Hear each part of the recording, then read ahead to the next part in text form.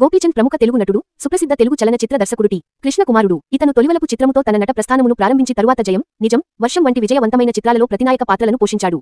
తర్వాత మళ్లీ కథానాయకుడిగా నిలదొక్కుకున్నాడు. రణం, యజ్ఞం, శౌర్యం, శంఖం, లక్ష్యం, లౌక్యం అతను కథానాయకుడిగా నటించిన కొన్ని సినిమాలు.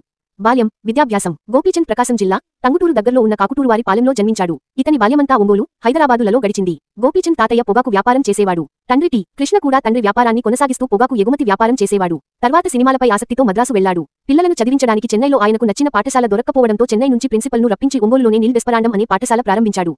డెస్పరాండం అంటే ఫ్రెంచి భాషలో నిరాశ అని అర్థం. ఈ పాఠశాల ఇప్పటికీ ఒంగోలులో టి. కృష్ణ స్నేహితులు నిర్వహిస్తున్నారు. గోపీచంద్ ఈ పాఠశాలలో చదువుకున్నాడు. గోపీచంద్ 3వ తరగతి పూర్తి చేసుకున్న తర్వాత కృష్ణ నేటి భారతం సినిమా తీశాడు. తర్వాత పిల్లలని చెన్నై తీసుకువెళ్లి రామకృష్ణ మిషన్ పాఠశాలలో చేర్పించాడు. తర్వాత రష్యాలో ఇంజనీరింగ్ విద్యను అభ్యసించాడు.